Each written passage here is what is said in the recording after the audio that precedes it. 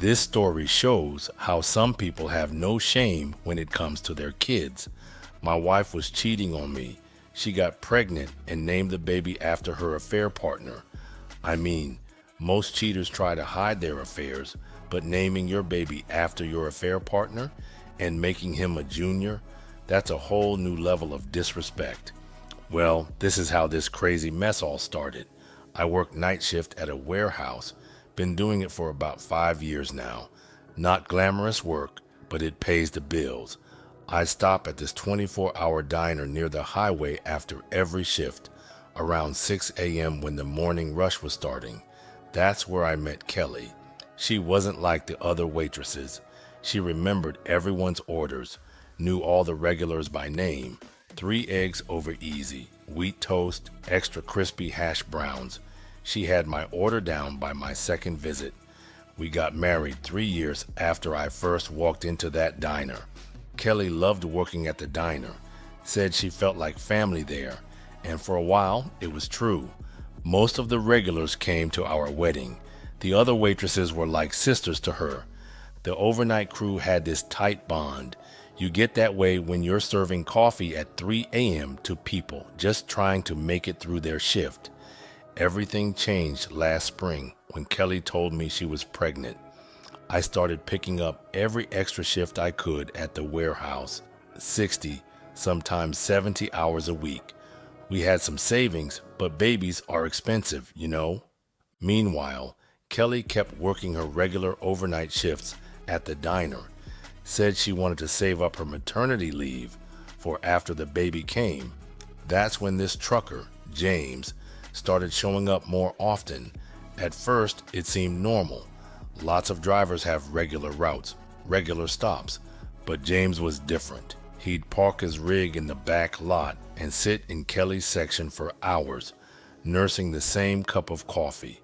The other waitresses noticed, but nobody said anything at first. That's the thing about diners.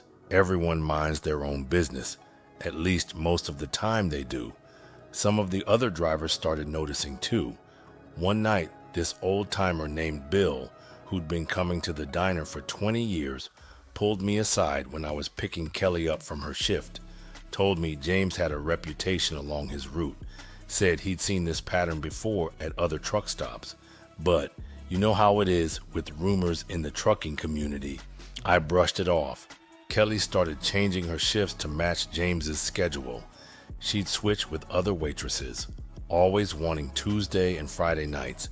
Said those were the best tips. But Marie, another waitress, later told me those were James's regular driving days.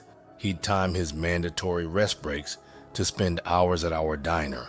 When Kelly announced the pregnancy, everyone at the diner was excited. They threw her a little party during the slow hours, decorated her section with balloons. James was there too, sitting at his usual booth. I remember now how he kept staring at her belly, this weird smile on his face. Should have seen it then. Around her 5th month, Kelly started talking about baby names, shot down every suggestion I made. Then one day, she just announces she wants to name the baby James Robert. Said it came to her in a dream. I didn't think much about it.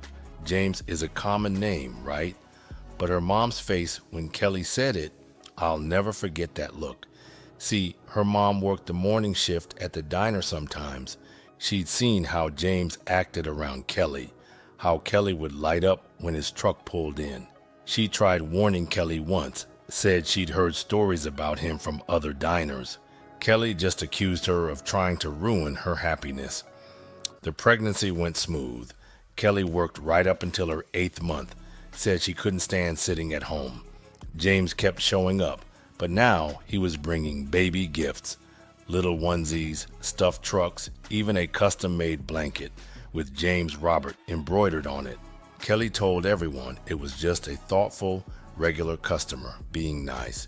When Kelly went into labor, I was halfway through my warehouse shift, got the call around 3 in the morning, rushed to the hospital still wearing my safety vest. Her mom was already there, and so was Marie from the diner. Kelly had an easy delivery. 4 hours later, we had a healthy baby boy. That's when things got weird. While filling out the birth certificate, Kelly insisted on James Robert. Her mom tried talking her out of it, suggested family names instead, but Kelly wouldn't budge. She even threw a fit when I suggested using my grandfather's name as a middle name. Looking back, she was desperate to get that specific name on paper. The first few days at home seemed normal. Kelly was recovering, learning to breastfeed, dealing with all the regular new mom stuff. But she kept checking her phone constantly, always tilting the screen away from me. Said she was just updating her friends about the baby. Then came the Facebook announcement.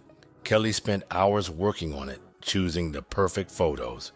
She wrote this long post about welcoming James Robert Jr., how the name had special meaning, how some things are just meant to be, tagged all our friends and family, even tagged some of the diner regulars.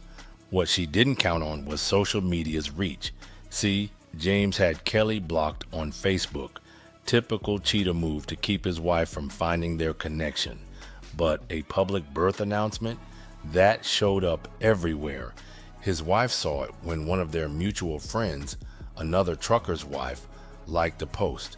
Within hours, James's wife was doing some serious digging. Turned out James had a whole system. He'd pick diners along his regular routes, target younger waitresses working overnight shifts. He'd spend months charming them, playing the lonely trucker card. Then once they were hooked, he'd start his overnight breaks in town. The really messed up part, he had 3 other kids out there, all named James Robert, all with diner waitresses. Each one thought they were special, thought they were the only one. He'd time his routes to hit each town, just often enough to keep them hoping, but not so often that anyone got suspicious. His wife found all the other mothers through Facebook. They'd all made similar proud announcements about their baby boys named James Robert. She started messaging them, sharing photos.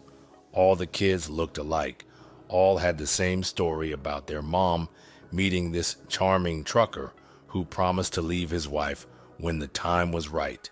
Kelly didn't believe it at first. Even when James's wife showed up at the diner with a folder full of birth certificates and Facebook posts, Kelly defended him, said their situation was different, that he really loved her. His wife just laid out 4 school photos on the counter, 4 little boys who could have been brothers, all named after their dad. The other waitresses had seen it coming. Turns out they'd tried warning Kelly months ago. Some of them knew waitresses at other diners who'd fallen for James's act, but Kelly wouldn't listen, said they were just jealous of her special connection with him. The diner regulars started talking. Other truckers filled in the gaps. Seems James was known for this along several routes.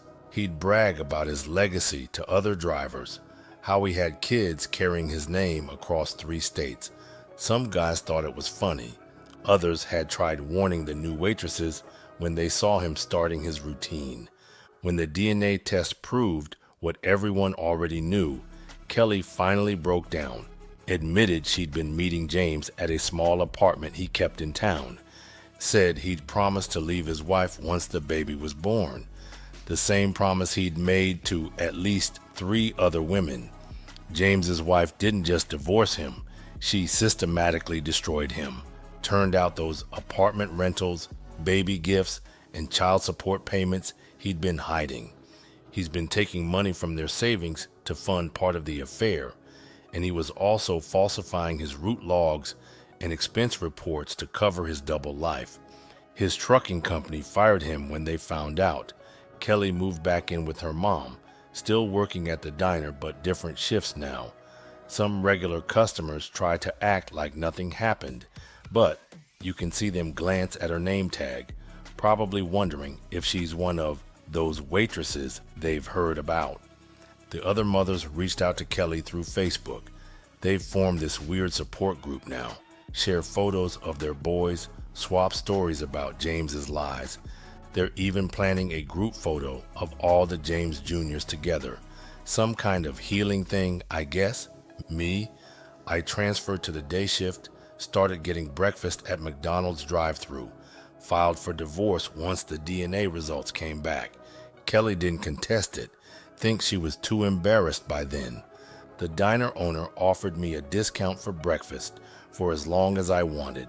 Felt bad about everything happening under his roof. I haven't taken him up on it. Last I heard, James is driving local routes now. No more cross-country trips. His wife got the house, almost all of his savings, and his prize Peterbilt in the divorce. She sold the truck and used the money to set up college funds for all the James Juniors. She said their education was the best revenge. Kelly still posts about little JR on Facebook, but she stopped telling the name story. These days, she just calls him Junior. Guess some dreams aren't worth sharing anymore. That was a crazy story. Why would you name a child after your affair partner? Absolutely ridiculous.